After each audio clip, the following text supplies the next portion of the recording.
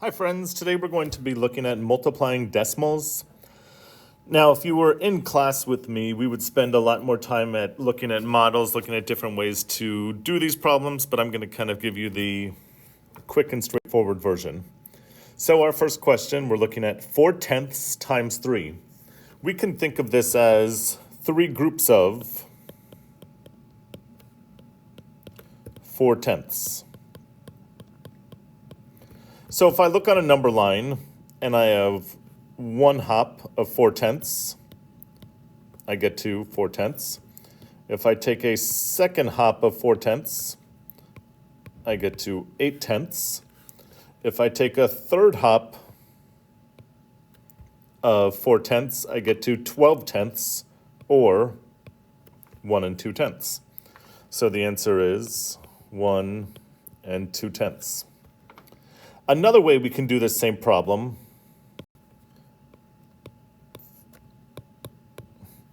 is ignore the decimal point, and we're just going to multiply 4 times 3. Now we know 4 times 3 is 12. Then we go back to our original problem and we look at how many numbers are behind the decimal point. The only number in the question behind the decimal point is the 4. So that tells us that we have one decimal place in the question. So in our answer, we need to have one number in the behind the decimal. So in order to do that, we put a decimal point between the 1 and the 2, and we get 1 2/10. Let's look at our next example. 7 groups of 15/100ths, or 7 times 15/100ths.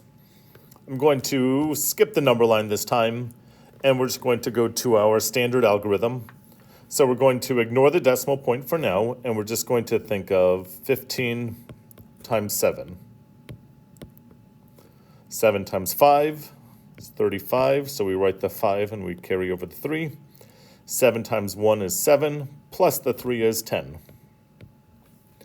Now we look back to our original question, and we're counting how many numbers are behind the decimal point. In this case, there are 2.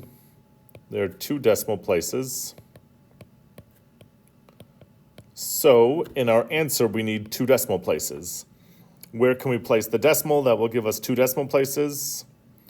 It will be right there between the 1 and the 0, because now we'll have a 0 and the 5 behind the decimal point. So the answer is 1 5/100ths. And you can also kind of think, does this make sense? Imagine if you had 7 groups of 15 cents. So you find 15 cents in the couch, you find 15 cents on the street, you find 15 cents in your wallet. You find 15 cents 7 different places. Let's see, 1, 2, 3, 4, 5, 6, and another 15 cents. What would be a reasonable estimate for the amount of money that you have? $105, $1.05, 10.5 cents. What would be the most reasonable estimate? And hopefully you see that it's $1.05, or 1.05. Next example, we have 4/10 times 5/10. This time I'm going to look at it with words. We have 4/10 times 5/10. 4 times 5 gives us 20. And multiplying tenths times tenths, that gives me hundreds. So the answer is 20 hundredths, or 0.20, 20 hundredths. Now we can still use the same algorithm we used before. Ignore the decimal points. 4 times 5 is 20. Look back at your original problem. How many numbers were behind the decimal point?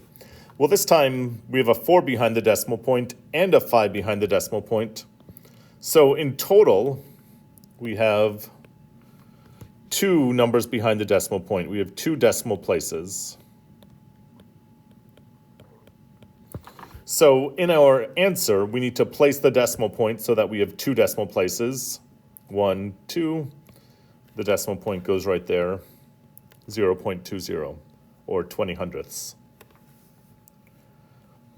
Okay, I think this is going to be the last example. 56 hundredths times 1 2/10.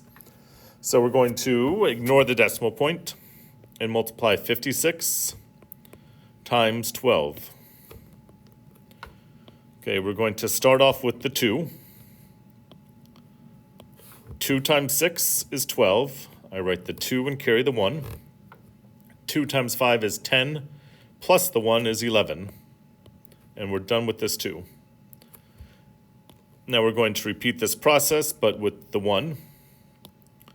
Now, because we're really not multiplying by 1, we're multiplying by 10. On the second row, we're going to put a 0. And we're going to repeat this process. 1 times 6 is 6. 1 times 5 is 5. And then we add 2, 7, 6. Now we look at our answer, our original problem. How many numbers were behind the decimal? There's a 2, a 6, and a 5. So we have a total of 3 decimal places in the question, which means in our answer we need 3 decimal places. So we have 1, 2, 3. So the decimal point has to go in front of the 6. And we put a 0 before the decimal point since we have nothing in the ones place. And our answer is 0 and 672 thousandths.